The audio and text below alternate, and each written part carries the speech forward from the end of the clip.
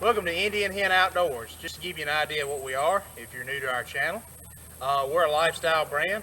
We're just a couple guys sharing what we do in our outdoor adventures, a little bit of our daily lives in hunting, fishing, and our 40-hour week. I'm going to bring in a couple of guys with me, my co-host. I'm Turner Dahlbear. Howdy, I'm Will Howard. And I'm Bailey Hickman. What are we doing today, Will, Billy? Today we're going to be doing a side-by-side comparison and shooting of antique humpback style shotguns, starting with the epitome of humpbacks, a Belgian-made Browning A5, working our way down to a Remington Model 11, all the way down to the much lesser known Winchester 1911, aka the Widowmaker. And we're going to tell you why about that in a minute. So, starting with the Browning A5. Browning A5 was designed by John Browning in, I believe, 1898, and it was patented in 1900 and began production in 1902. Mr. Browning originally wanted production with Winchester, whom he had previously done nearly all of his other patents with. For whatever reason, Winchester refused to do production of it. So Mr. Browning went and looking at Remington.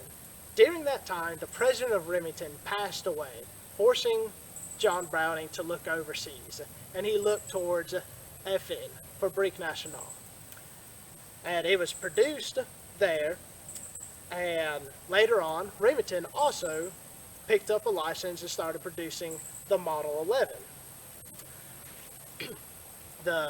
They were produced in Belgium at FN till World War II, and production ceased during that time due to the fact all of Europe being at war, at which time Browning A5's and Model 11's were both produced by Remington side by side. But after World War II, when FN was able to resume manufacturing, production went back to them. And here it is. This is a Browning Belgium-made A5 Light 12, produced in 1973. Okay. All right, Mr. Hickman. This is going to be the Remington Model 11. Like Will said, this was produced by Remington from 1905 until 1947. 47, yes. Until 47, around 850,000 were made. They actually gained fame during the Prohibition era as a gangster-style weapon. And yeah, they've got the nice humpback design. This one has a little bit of Cerakoted OD green on it.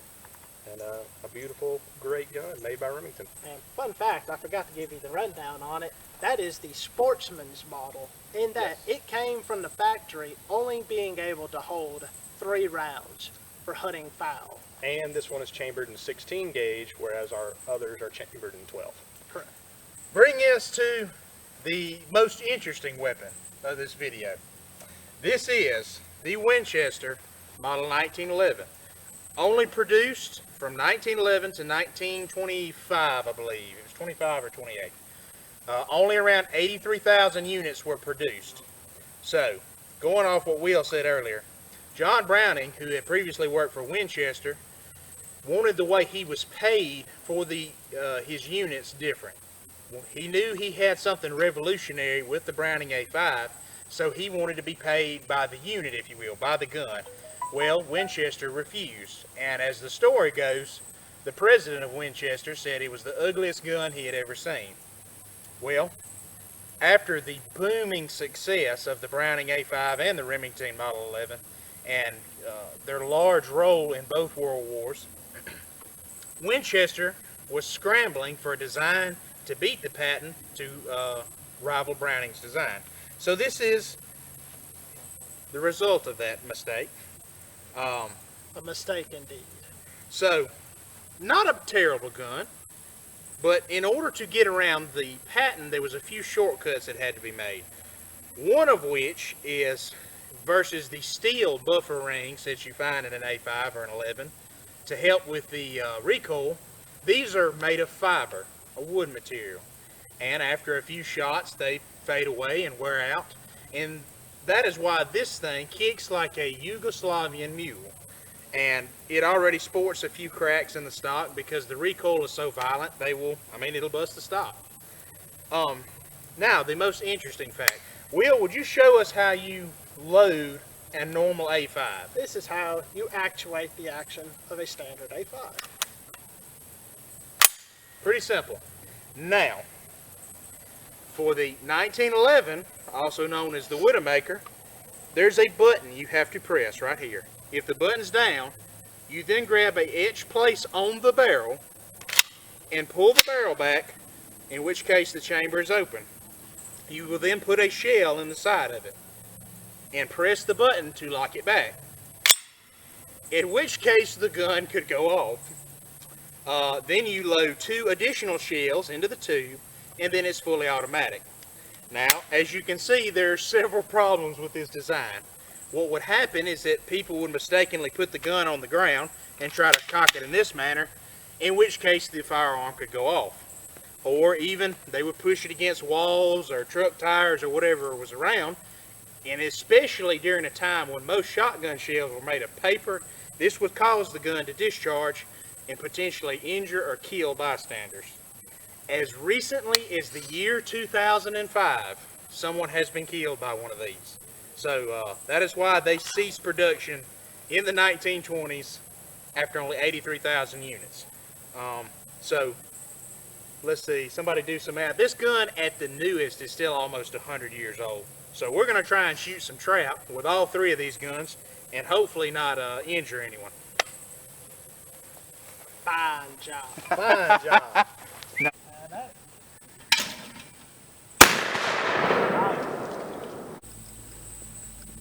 Ready? Yep.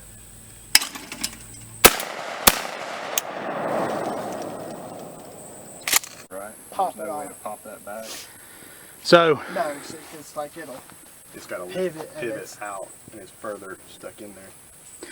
so as you can see, the one small issue with any old semi-automatic gun is they don't like cheap ammunition. No. And cheap ammo And by cheap ammo, we're can talking sometimes about do that, and I'm having trouble focusing it. And that's a problem. So now we are dismantling said A5. We're ready to go. Yep. Cool. smoked it. Ready? Pull.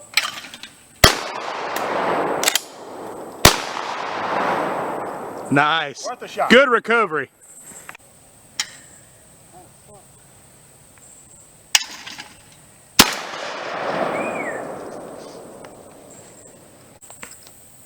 Ready. Ready.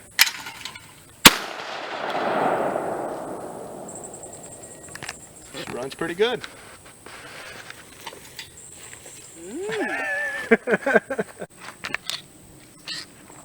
The button is pressed.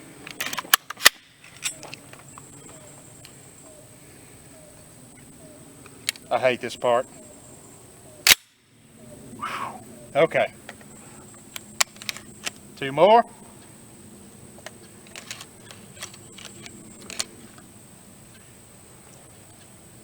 All right.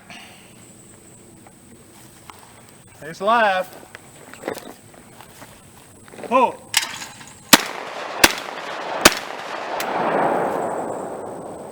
Now, 1, I can't shoot. 2, I'm just impressed that it cycled all 3. Pull.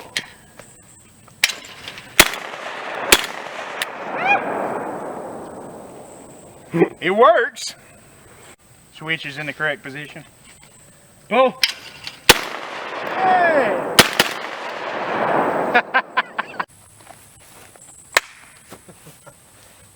All right. So, well, what do you think about the A5? I think it's pretty jam up. Only thing I have to knock is along the lines of any semi-automatic shotgun. Trying to run low-end ammunition through it, you're going to run into problems. But high brass, 6-shot and up, pretty jam up. What about the 11? The 11 ran great, but to Will's point, it's because I had higher brass shells. Yeah. So that's what we were And- running out of the 16 gauge, and they functioned flawlessly. That ammunition is made specifically for a 16 gauge Model 11 or A5. Like it's made exactly for that type of gun. And because of that, it ran fantastically. So, the Widowmaker, even with, we'll call it low-grade ammunition, fired surprisingly well. High grade fun. Yeah, still would not recommend. Scary as all get out to load and to operate. Would recommend life insurance. Would recommend life insurance. But anyway, I'm Turner, I'm Will Howard. I'm Bailey. and this has been Indian Hen Outdoors. Thank you for watching. All right. We're live.